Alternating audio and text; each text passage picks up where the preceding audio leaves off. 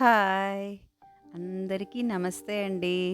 Welcome my channel Rama's healthy recipes. నా పేరు రమ అండి. నేను హౌస్ వైఫ్‌ని. ఇది నా ఫస్ట్ యూట్యూబ్ ఛానల్. నాకు కుకింగ్ అంటే చాలా ఇష్టం అండి. నా వంటలు చాలా బావుంటాయి. మా ఫ్యామిలీకి, మా ఇంటికి వచ్చే రిలేటివ్స్‌కి నా వంటలన్నీ చాలా ఇష్టం. అందుకే నా వంటల్ని మీ అందరితో కూడా షేర్ చేద్దామని ఈ ఛానల్ స్టార్ట్ చేశాను. నా వంటలన్నీ టేస్టీగా, ఈజీగా అండ్ హెల్తీగా ఉండే డిఫరెంట్ రెసిపీస్ వీడియోస్ మీ అందరితో షేర్ చేసుకుంటాను. దీంతో పాటుగా నాకు తెలిసిన కొన్ని డివోషనల్ టాక్స్ని కూడా మీతో షేర్ చేద్దాం అనుకుంటున్నాను. ప్రతి వారం కొత్త రెసిపీస్తో రానున్నాను. మీరు ఇష్టపడిన వంటల వీడియోలను చూసి నా ఛానల్ సబ్స్క్రైబ్ చేసుకోండి. మరియు మీ అమూల్యమైన అభిప్రాయాల్ని కామెంట్స్లో పంచుకొని మంచి సలహాలు ఇవ్వాలని కోరుతున్నాను. మనం కలిసి వంట చేద్దాం మరియు ఆహార సమయాన్ని ఆనందంగా మారుద్దాం. Thank you. ఈరోజు వీడియోలో వినాయకుడికి ఎంతో ఇష్టమైన ఉండ్రాళ్ళ పాయసం కమ్మగా రుచిగా ఎలా చేయాలో చూద్దాం రండి. ఈరోజు నేను చేస్తున్న ఉండ్రాళ్ళ పాయసం పక్కా కొలతలతో చేస్తున్నానండి. ఒక బౌల్ వరిపిండి, కొన్ని డ్రై ఫ్రూట్స్, తర్వాత బెల్లం, పాలు, అదే బౌల్తో పాలు, కొబ్బరికూరు, కొంచెం నెయ్యి, ఇలాచీ పౌడర్, ఇవేనండి ఇంగ్రీడియంట్స్. తర్వాత మనం ఇప్పుడు డ్రై ఫ్రూట్స్ వేయించుకోవాలి.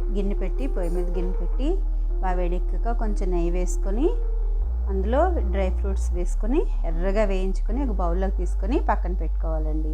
ఇప్పుడు అదే గిన్నెలోని ఆ బౌల్తో పిండి తీసుకున్నాం కదా, అదే బౌల్తో 1.5 బౌల్ వాటర్ తీసుకోవాలండి. 1 బౌల్ తీసుకోవచ్చు, 1.5 తీసుకుంటే సాఫ్ట్గా డౌ చాలా బాగా వస్తుందన్నమాట. అందుకు 1.5 బౌల్ వాటర్ తీసుకొని తర్వాత అందులో 1 స్పూన్ బెల్లం వేయాలి. 1 స్పూన్ బెల్లం వేసుకొని తర్వాత కొంచెం టేస్ట్కి సాల్ట్ వేసుకున్న తర్వాత బాగా పిండి మరిగిన తర్వాతని అందులో బౌల్ పిండి వేసి బాగా కలిపిన తర్వాత మూత పెట్టుకోవాలి. బాగా కలిపిన తర్వాత మూత పెట్టుకొని ఒక 5 మినిట్స్ అలా సిమ్లో ఉడకనివ్వాలండి పొయ్యి మీద. తర్వాత పొయ్యి కట్టేసి బాగా కలిపి ఒక ప్లేట్లోకి తీసుకొని ఆ డౌని సాఫ్ట్గా బాగా మెత్తగా సాఫ్ట్గా చేసుకోవాలి. పిండిని వేడివేడిగా ఉన్నప్పుడు బాగా కలుపుకుంటే బాగా వస్తుందండి డవ్. దాన్ని కొంచెం నెయ్యి వేసి బాగా కలుపుకొని బాగా సాఫ్ట్గా తయారు చేసుకోవాలి. ఇప్పుడు సాఫ్ట్గా తయారు చేసుకున్న డవ్ని మనం రౌండ్గా ఉండ్రాళ్ళలాగా చిన్న బాల్స్ లాగా ఉండ్రాళ్ళ తయారు చేసుకొని డవ్ అంతటిని ఉండ్రాళ్ళగా తయారు చేసుకోవాలి. తయారు చేసుకుని అందులోంచి కొంచెం డవ్ని తీసి పక్కన పెట్టుకొని ఒక బౌల్లోకి పెట్టుకోవాలి. మిగిలిన పిండి అంతా ఉండ్రాళ్ళలాగా తయారు చేసుకోవాలి. ఉండ్రాళ్ళని తయారు చేసుకొని పక్కన పెట్టుకున్న తర్వాత ఈ గిన్నెలోనే మనం 2 బౌల్స్ వాటర్ పోసుకొని, మనం ఒక బౌల్ పిండి తీసుకున్నాం కదా, అందుకు 2 బౌల్స్ వాటర్ ఇలా తీసుకొని 2 బౌల్స్ నిండుగా తీసుకోవాలి. 2 బౌల్స్ నిండుగా తీసుకున్న తర్వాత అదే వాటర్లోని మనం ఒక కప్పు పిండికి 1 కప్పు బెల్లం వేసుకోవాలి. నేను ఆర్గానిక్ బెల్లం వేస్తున్నాను. మీరు నార్మల్ ఏ బెల్లమైనా వేసుకోవచ్చు. ఒక బౌల్ కప్పుకి ఒక బౌల్ పిండికి 1 బౌల్ బెల్లం వేసుకోవాలి. వేసుకున్న తర్వాత అందులోని కొంచెం ఇలాచీ పౌడర్ సగం వేసి సగం లాస్ట్లో వేసుకుంటే బాగుంటుంది. సగం ఇలాచీ పౌడర్ అందులో వేసుకొని ఈ వాటరు మరిగేలోపు మనం డవ్ పక్కన ఉంచుకున్నాం కదా, ఆ డవ్ని ఇప్పుడు రెడీ చేసుకుందాము. దాంట్లోని కొంచెం కొబ్బరికూర కొంచెం వేసి కొంచెం వాటర్ కూడా వేసుకొని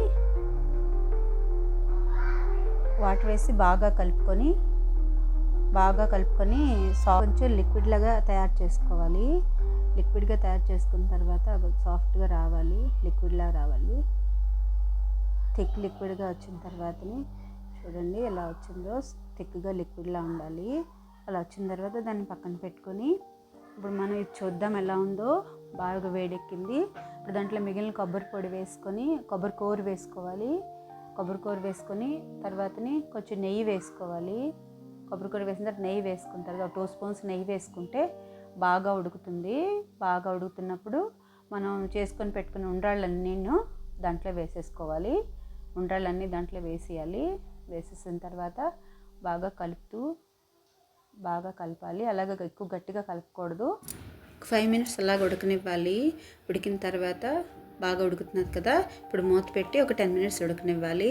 ఈ లోపల మధ్యలో ఒకసారి మూత తీసి ఒకసారి కలిపి చూడాలి. చూసి ఎలా వచ్చాయి, ఎంతవరకు వచ్చాయని చూడాలి. చూడండి, ఇప్పుడు ఉడుకుతున్నాయి కదా. ఇప్పుడు హాఫ్ ఉడికేవి మనకు చూసి తెలిసిపోతుంది.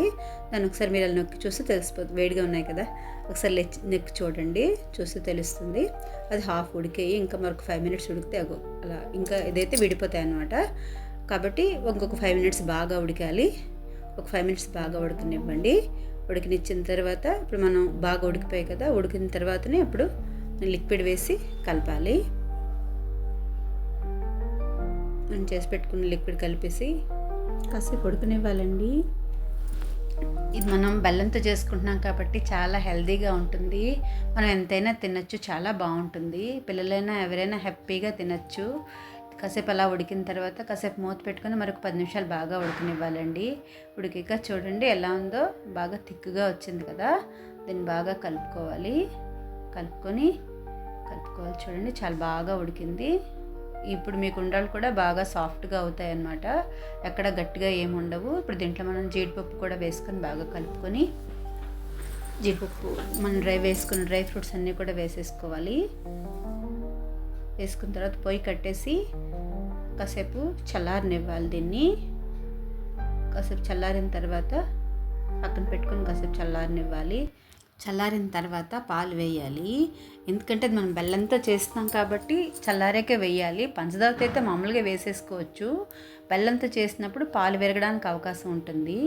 అందువల్ల బెల్లంతో చేసినప్పుడు మాత్రమే ఇలా చేసుకోవాలి. చల్లారిన తర్వాత మనం పాలు వేసామంటే పాలు విరగకుండా పాయసం చాలా బాగా వస్తుంది. ఎంతో టేస్టీగా ఉండే ఉండ్రాళ్ళ పాయసం రెడీ అయిపోయిందండి. చూడండి, చాలా బాగా వస్తుంది, చాలా బాగుంది. ఈ ఉండ్రాళ్ళ పాయసం అంటే మా ఇంట్లో అందరికీ చాలా ఇష్టం అండి. నా వీడియో పూర్తిగా చూడండి. మీకు నచ్చితే లైక్ చేయండి, షేర్ చేయండి అండ్ సబ్స్క్రైబ్ చేసుకోండి ప్లీజ్.